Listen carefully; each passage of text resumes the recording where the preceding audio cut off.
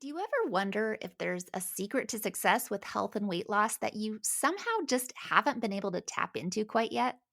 Maybe you've done all the things, counted all the calories, dragged yourself to the gym, tried all the diets, and yet something just isn't clicking. Yes, maybe it's your hormones, and if you're a woman over 40, that probably does play a role. But what if there's something more? A power inside of you that you just haven't activated because you didn't know how? Well, today's episode might just unlock it for you. So let's dive in. Welcome to the Feel Better, Live Free podcast brought to you by Thinlicious. I'm your host, Ruth Sukup, and here we'll talk about everything from the science of weight loss to practical tips for making your health a priority in the midst of a busy life. It's a little bit nerdy, a little bit funny, and a little bit revolutionary. So buckle up, friend, because it's about to get real.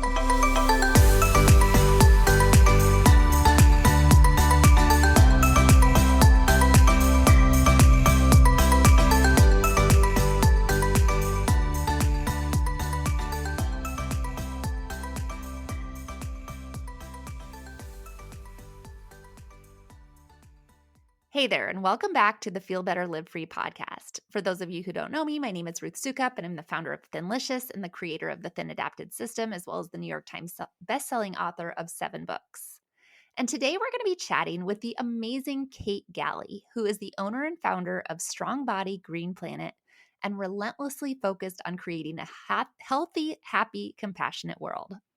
She specializes in creating the mindset that makes your best eating and exercise choices simple and sustainable. And Kate first got into fitness as a way to transform her own body and confidence. Now she has spent the last 18 years helping thousands of individuals sculpt a body and a life they love as a trainer and vegan health coach. And while Kate and I might not totally agree on the choice to eat or not eat animals, on the podcast today, we are actually going to dive into something that we do have in common, which is making sure that your values align with your goals, especially when it comes to your health goals. It's so vitally important, no matter what your health goals may be. So, without further ado, I am so excited to be able to introduce you to today's interview guest, Kate Galli. Kate, thank you so much for being here today. I'm so excited to talk to you. Ruth, it is my huge pleasure to be here with you. Awesome. So let's just start with a little background. Tell us about yourself, who you are, what you do, and how you got to be doing what you are now. Thank you. So, I'm a personal trainer, health coach, author, and fellow podcaster. And I help people create the mindset that makes prioritizing their health and happiness simple, sustainable, and fun. Personally, I joined the gym, became obsessed with the gym almost 3 decades ago now. And I did that as a means by which to transform, yes, my body, but also my confidence. And I would say that's one of the things I love most about what I do now, still helping people, yes, change their body, but also have the self certainty and the confidence when they realize that this is a huge change they can make. It is within their control. So yeah, 2 decades on as a personal trainer, 3 decades on as someone obsessed with lifting weights. That's where I am now. I love it. I love it. And I love what you said too, because I think that is so true. Like it's one thing to, I've done a lot of businesses over the last 15 years and I've helped people get organized. I've helped people manage their time. I help people build businesses. And this health thing there's nothing like it because nothing improves your confidence like feeling like you have control over your body. And it's amazing. It really is truly the coolest thing that I've ever had the opportunity to do. And you've been doing it for a lot longer than I have. So I it's amazing. have. It's what has kept me in the game, and also the skills that you learn, the skills that those clients learn are equally applicable to every other aspect of So their true. life. What works well for them in health, they can transfer that across to business, to relationships, to whatever they're next looking to work on. Isn't that so true? I always say mindset it's like the gateway drug and it doesn't matter where you enter it and what part of your life you enter it, it will apply to every other part. It's like the trickle down effect. It's so amazing. So let's talk about that a little bit more. Like where do you start when you're working with your clients to help them start to make those sort of mindset shifts that are going to help them ultimately get healthy and reach whatever other goals they want to reach?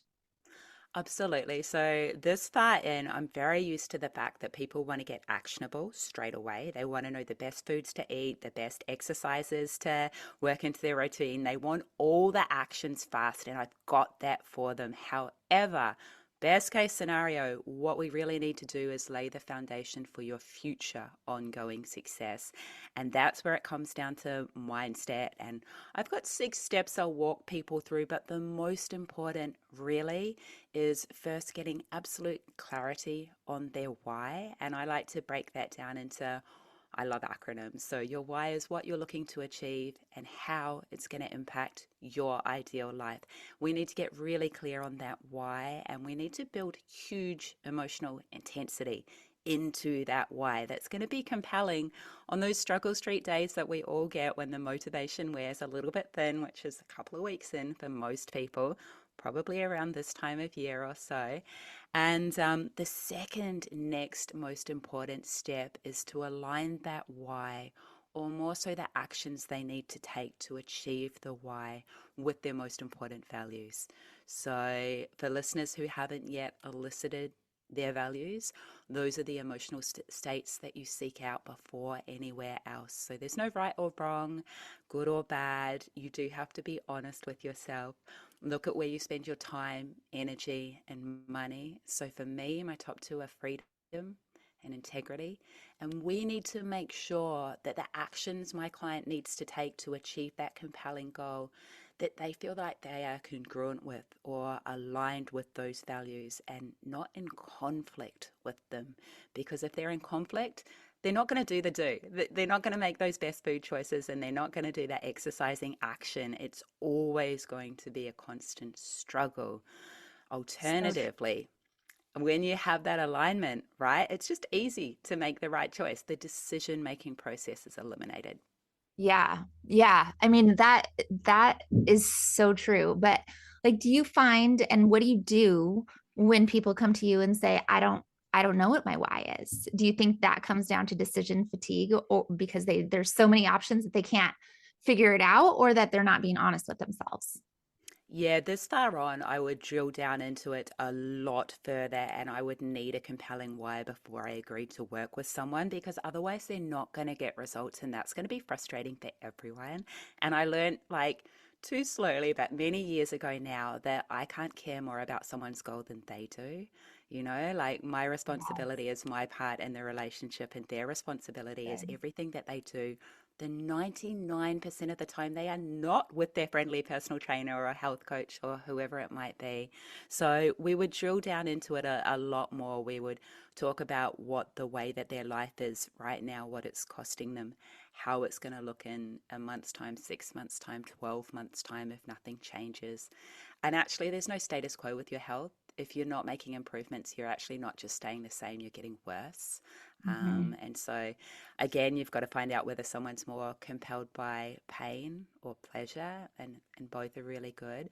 But I would definitely spend some time looking to get some emotional intensity around that why, because most of us don't love the gym. I love the gym, but most Not. people don't. Yes, That would be exactly me. right. That would A be me. 100%. So you need that emotional intensity that's going to drag yourself to the gym, 3 minimum days a week, even when you don't feel like it, right?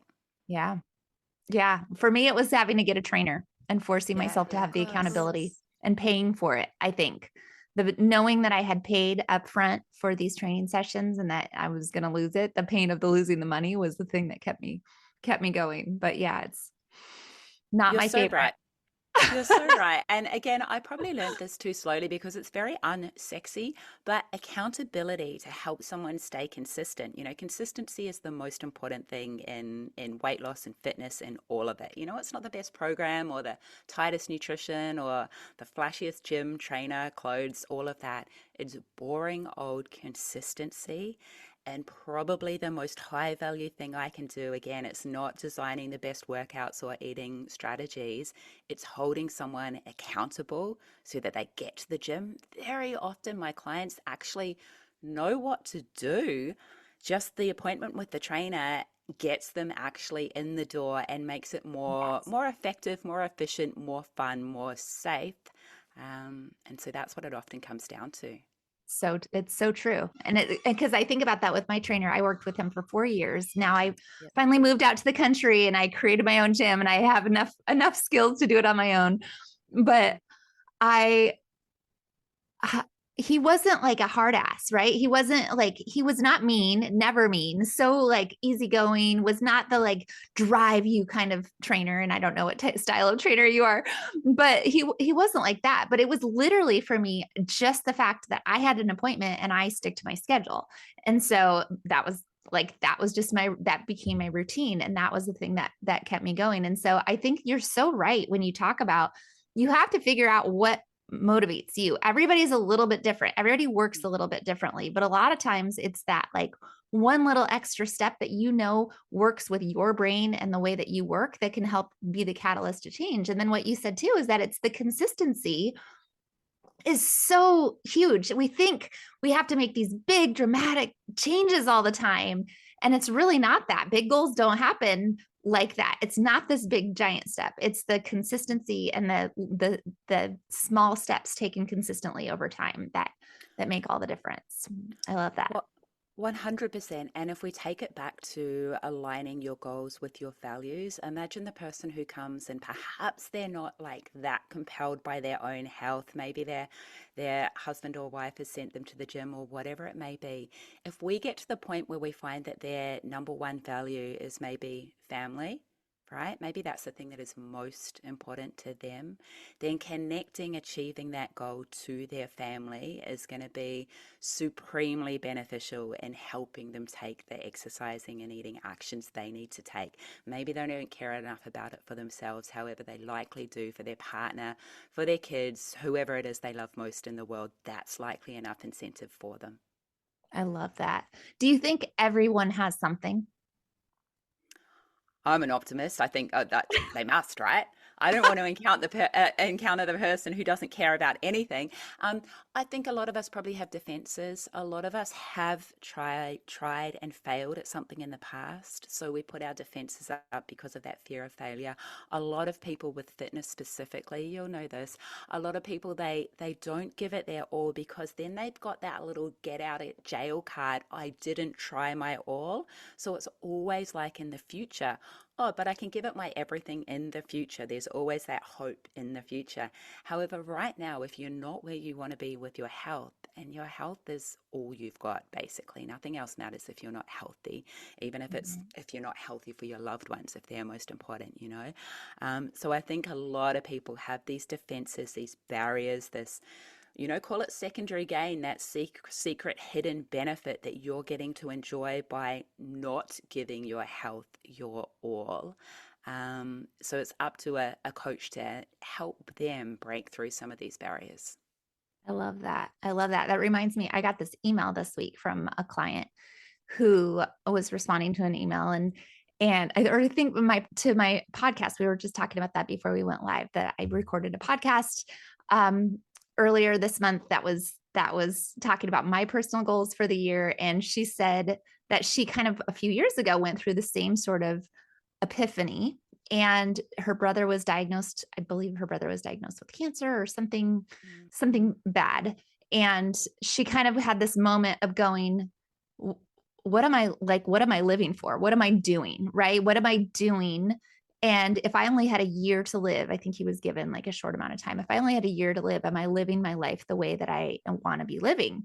And her first initial thought was, well, if I only had a year to live, I would eat what I want to eat and do what I want to do and not worry about getting healthy.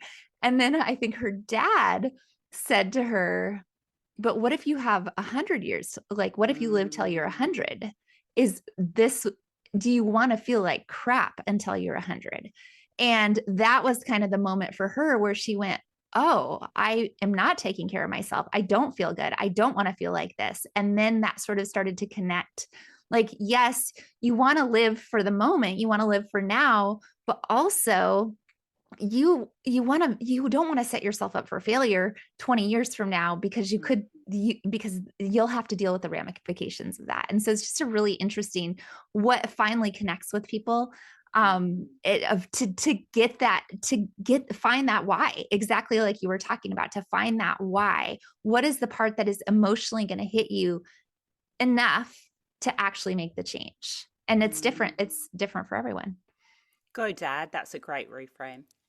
It is, isn't it? I know. I love that. I love the dad. And she ended up going and getting healthy. She lost a bunch of weight, Amazing. and now she's doing great. And yeah, it was an awesome email. It was so good. So let's go back to decision fatigue. You mentioned that really briefly, and I want to kind of unpack that a little bit. So what is decision fatigue, and why do you think we struggle so much with that when it comes to health and wellness? Mm. I mean, to start with, the lives we live now are so different to what they were decades ago. Personally, I'm a fraction older than you, I think. I just turned 48 recently, and I am so grateful that I can remember when we didn't have mobile phones or the internet, or we had to make a decision and stick with it. There weren't really limitless choices in the way that there is today. Now, from infancy, we are being bombarded with just all these messages and advertising and non-stop choices. And I think many of us are waking up now and realizing we need to set some really firm boundaries to be able to cope for a start, but also to be able to have the energy to put into the things and the people that are most important to us. And that's part of why I related to what you shared with your personal journey, because, or your goals for this coming year, because part of my huge focus last year was calm and clarity, because I always felt so frenzied and so on, and the things that help us are often the things that hold us back. And I'm really good at doing focus and head down, tail up. But you Mhm. don't need to, like, sometimes you just need to relax that focus a little bit, right? Yes. So it was funny. I started journaling last year, and I started each page each day with calm and clarity, and those two words, because I was seeking what would get me calm and clarity. And funny, here's a surprise. The journal was what brought me calm and clarity, right? That time out, that Um, writing down. yeah. And so I think, to answer your question more, it's a matter for other people of finding the things, the boundaries that they can set in place to protect their clear thoughts. Most of us, we don't have just thinking time, where we're not doing, we're contemplating the person that we want to be. Again, that's a goal for me this year, to focus more on the person I am being rather than all the frenzied doing, right? We need both. Yes. Maybe it's a Yes. fine line. Maybe we'll Yes. both find it this year. Who knows? Um, but Maybe. I do think it comes back to boundaries. I also speak a lot about self-care. So it comes back to these self-care habits that we implement before we need them proactively, that are kind of non-negotiables for ourselves. They're different for everyone, what you need, Mhm. but it's working out what works for you, and being pretty militant with it, I would say, because Yeah. this is important. Yeah. What are some of your healthcare habits that you have established in your life that are kind Yeah, of so your non-negotiables? yeah, so for fun, because as I shared, I love an acronym, and I have a little self-care acronym, and we don't have to go through all of it, but the first one in the acronym is S is for self-talk, right? The only Hmm. person that you get to spend 24/7 with is yourself, and your unconscious mind is listening to everything you say and think. And so your self-talk, the way that you speak to yourself, is incredibly important. And you can consciously change this, which I did maybe 15 years ago. I noticed how judgmental I was towards other people and also towards myself. And it's amazing how judgment, like so many things, are reflected back at you. And so I started consciously changing my self talk. And now it is so much better. It's really, really good. So I that's love it. that's number one. Um, Yep. Number two, we'll go through at E. least the first three because they're great. E is for elicit your values. So we've covered that. I lead everything with values and beliefs. It's how I live my life, whether it's in relation to fitness, business, anything. So elicit your most important values and use them as a daily filter for your decision making. So something that is really exhausting is when you're doing things that are not aligned with your values. So when you're saying yes to things that just don't align with your values, something Yes. that's very freeing and energy giving is when you're super clear, you have absolute clarity on what's most important to you and the person you want to be, and you make decisions accordingly. I love that. I Al love is that. the So true and so hard. It's so hard to do when you're in the frenzy of life, right? Just trying to keep up, trying to do all the things, trying to be all the places, and you don't ever stop and say, what am I doing? What am I yeah. doing? Even if you create like 10 minutes, start really manageable. I remember I used to aim for my hour of power, and I had this hour like perfectly blocked out with all the things I was going to do in that hour that were super beneficial.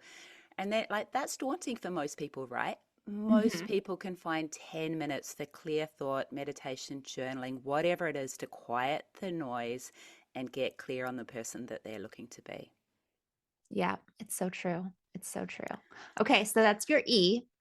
What's your L? That's my E. L is the more common one, right? From personal trainer girl. L is lock and load the big rocks that keep you happy and healthy. Mm, Happy slipped out first. It probably should be first. For many years, the first decade of my personal training career, I was all about the healthy, the exercise, the nutrition, the forced meditation to just tick that box, right? And yeah. healthy is super important, maybe most important. However, also you need to be happy. So you need to be clear on what makes you happy. So those big rocks that you lock and load into your week before the other small pebbles, so to speak, those I urgent, love that. less important little tasks Yes. clutter your Mhm. week, you lock and load them as a non-negotiable appointment with yourself. So exercise, food prep, time in nature, time with loved ones, whatever it may be, that is super vital. Yes, yes, yes, yes, yes. 100% yes. As a time Yeah. management expert, I Yeah. 100% agree with that one. Yeah, you had a daily planner business for 10 years, right? Yeah. Yep, I sure Amazing. did. In fact, I still had one left. And so I was filling it out yesterday, getting Amazing. all my stuff Perfect. locked and loaded. Yes, I love it. Love Okay. that. I can't not have the rest of the acronym. I love an Okay. acronym.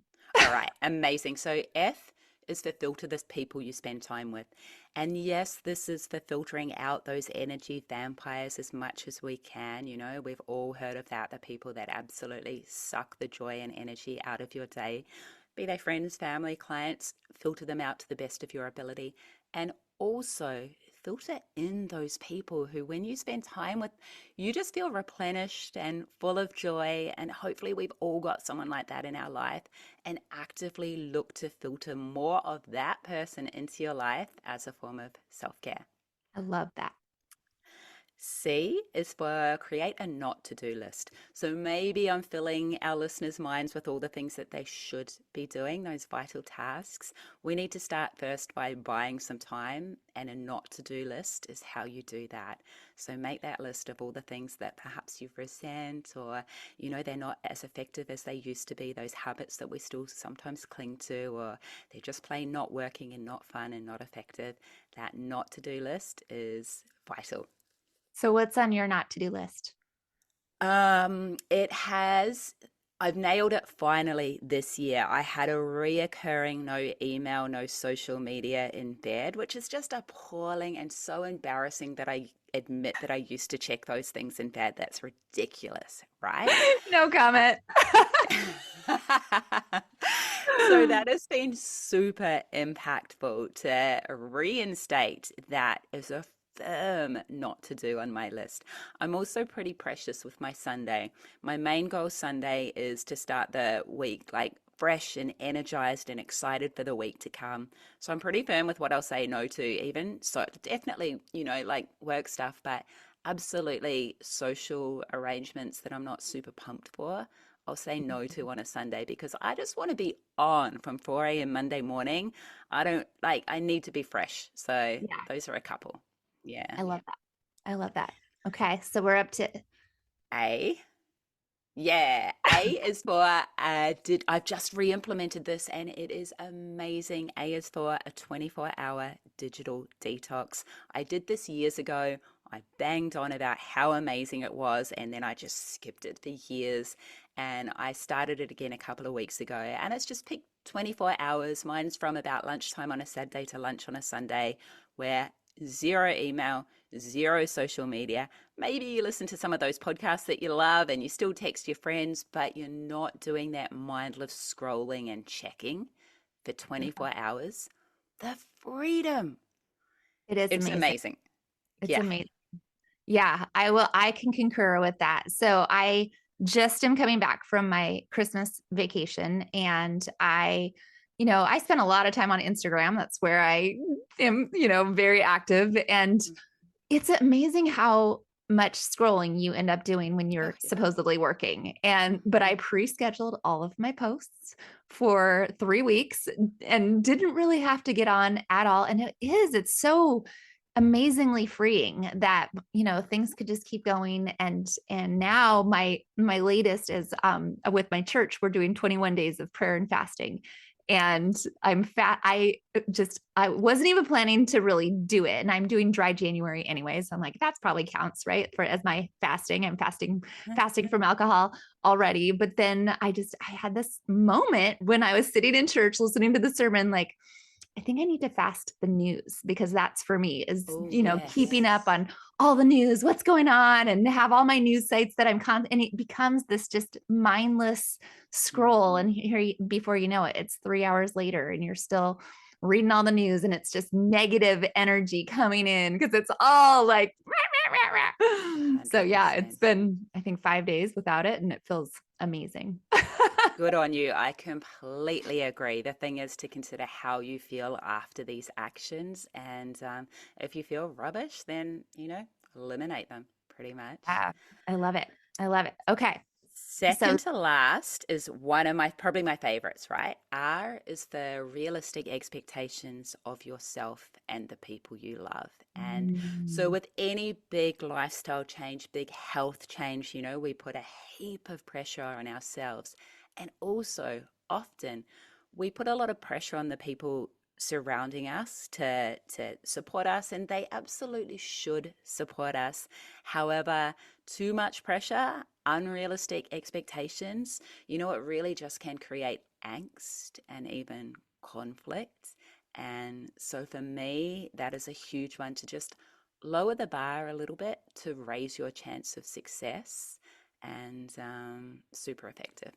I love that. I love that. And man, I wish I could shout that from the rooftops, honestly, because Mhm. I think, and you probably see this too with your clients, that the unrealistic expectations that we put on ourselves, and especially in terms of health and weight loss, of how fast it's supposed to go and what we're supposed to be able to accomplish, and that you can actually control exactly how it happens. Like, you just can't, right? Like, your body has to heal, and everybody's body heals at a different rate in a different way, and it's not all the same exactly, and it's going to happen if you're doing the things and if you're taking the steps consistently. You have to trust the process, Mhm.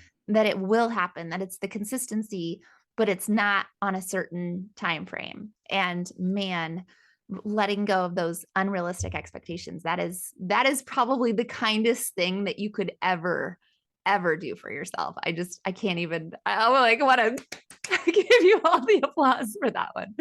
Love it. 100%. I completely agree. It lets you avoid that stop start that guarantees zero results, right? Just Yeah. lower your expectations, be consistent. Yeah. As you said, it will get you there. Likely not in the time frame that you would love. However, it will get you there. Yeah, so it's good. Love that. Last And one is E is for easy 5-minute fixes. Someone might be listening. They're like, hey, self care is important. I get you. You're listing or off all these heavy lifts. There's a lot of work involved in eliciting my values and using them as a filter for my daily decision making. Sometimes you just want an easy 5-minute quick fix. Those 5 beautiful SMSs you send out to people dear to you, and wait at some point for those responses to come back. 5 minutes of sitting in the sun, walking around the block, patting your companion animal, whatever it may be, something really easy, cheap and fast and easy wherever you are, is an easy 5-minute quick fix. I love that. I love that. What a great way to end. So good. And I mean, I think about like we how important it is to implement that level of self-love in your life, right? Like just like caring for yourself, everything, every single thing you mentioned, I can picture how impactful that would be on your life. So thank you for sharing all of that. Of And course, my I pleasure. love an acronym. I love a great acronym. It's fun, right? You got to Yeah. make it fun.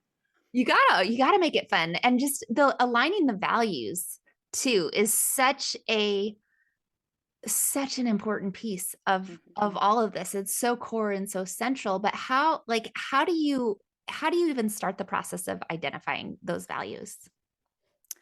I'm a big fan of a huge sheet of paper, and you start with listing out as many values. Maybe you need to look at a list. There are so many lists online, right? Just Google values. What are some values? And there are literally hundreds, from freedom, integrity, passion. They're my top three, but other people might be along the lines of love, connection, family, trust, whatever, fun, whatever it may be, no right or wrong.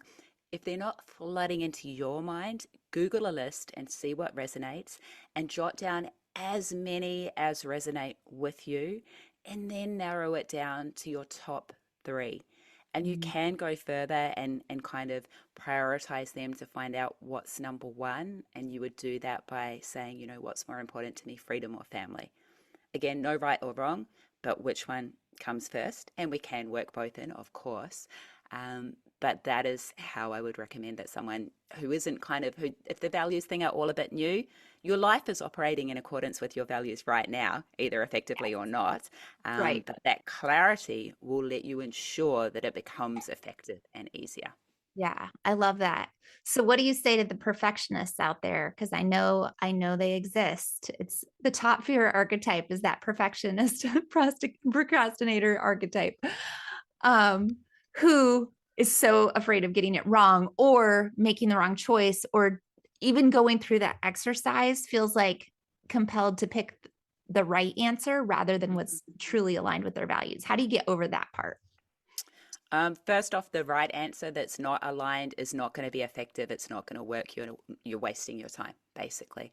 In Mm, relation to the perfectionist, perfectionism is the perfect excuse to do nothing. And so mhm. it's not really high standards, it's really low standards, if that reframe helps you, perfectionists out there, because you're not taking the steps that will get you the result. And back like decades ago when I loved art, I was probably a bit of a perfectionist with my art. I wasn't happy. It didn't give me joy. That's why I went to fine arts college and became a personal trainer, because it didn't give me joy. It sucked all the joy out, really. It wasn't going to get me results. And I was that perfectionist. And I think probably it helps to fail a few times, to try hard enough that you fail, which I absolutely have, and to learn that, again, you're just learning from that failure. It's not fatal. It's not game Right. over. You pick yourself up and get going again. And you learn that you just make a start and you iterate with the information that you're getting. None of us are ever going to get it perfect from the get go. It's absolutely not possible. I think my favorite artist back to art, Salvador Dali, who was like an absolute master, used to say, "Don't fear perfection, you'll never attain it." And his work was as perfect as anyone I've ever seen. However, no one is going to get there, really. Right. So, what do you say to the person who's been listening to this whole episode, right? We're talking about self care, we're talking about mindset, we're talking about values and aligning your values and understanding your why and how important that is in order to get what you want. And the person who's listening right now thinking, this is just a load of woo woo, right? Like, this is, oh, woo woo, give me the tips, right? Tell me what I need to do. Wants the practical step by step. What do you say? What do you say to that? Well, it depends. Tough love, Kate, and I respond well to this, would say, how's your current strategy working for you? Because Mm, if they're happy with their results, they don't even need to listen to me. Like what right. they're doing right now is working for them. Yeah. However, if it's not, then, worst case scenario, what is it going to cost you if you give this strategy a whirl and it's yet another thing that doesn't work for you? Yep. However, if this could be the free, game changing strategy that does make health and fitness simple, sustainable, and fun, and that is what I am all about, right? I am a bit like, we're in this body for life. I want my clients to get to a fit, strong, confident body that they can rock around in forever because that is freedom. And that's my number Mhm. one value. Yep. So there's no harm in giving it a whirl. And if you do give it a whirl, like give it your best effort as well. Don't hold back. If you're a perfectionist or you have a fear of failure, holding back is already like not doing is already failure. Like, so just Right. give it a try. I love it. I love it. Great answer. Okay. So if you had to name one health tip that aligns with values and simplifies life, what would it be? Oh, I've never had that before. I guess what just came to mind is the way I speak to myself and my client is you and your body are a team, right? So you're not fighting each other. Every decision I make in relation to my nutrition and my exercise is not about restriction with food and discipline with exercise. It's about abundance with food and it's about I get to with exercise. If we have the time, the physical capacity, the money potentially to exercise, that's precious me time and that's a privilege. And so I would say just whatever your current focus is right now, think of you and your body as a team and be kind to your body. It's the only one you've got. I love it. I love it. Great, great way to end. So, what are you working on now that has you excited and fired up? I'm so excited by everything I do. We've spoken about personal training mostly. However, the online side of the business is my heart even more. I have a podcast, Healthification, 900 episodes deep. So Yay. I speak to passionate and compassionate actors, authors, activists, entrepreneurs, doctors, and that's my heart. I love healthification. It's, yes, health facing, however, also very vegan, plant based, which is my heart. Beyond that, I've got the Plant Positive Journal. So it's like a daily planner that also helps you adopt a healthy plant based lifestyle one step at a time. It's geared. You haven't seen it today. However, I'm the mad, passionate vegan animal rights activist, right? That's me. That's my heart. The journal is geared towards the plant curious individual. It's a lot calmer than me. I think I've been calm today, but it's got deliciousness, it's got motivation, it's got self care, and it's also a daily planner with beautiful art. So those two things are probably my heart right now. Awesome. I love it. And we will make sure we link to all of those in the show notes. And Kate, I just thank you so much for being here today. It was so awesome to talk to you. Such amazing, amazing advice and wisdom that you shared today. Ruth, it has been a huge pleasure. Thank you so much for your insightful questions and for having me on your show. You're welcome. All right, guys, that about does it for this episode. Remember that you will find the link to Kate's website as well as her podcast and planner in the show notes. So be sure to check that out. And if you know anyone else who might be interested in this episode, please be sure to send it their way. And then be sure to hit the subscribe button for this podcast to be notified of future episodes. And I will see you back here for another new episode very soon.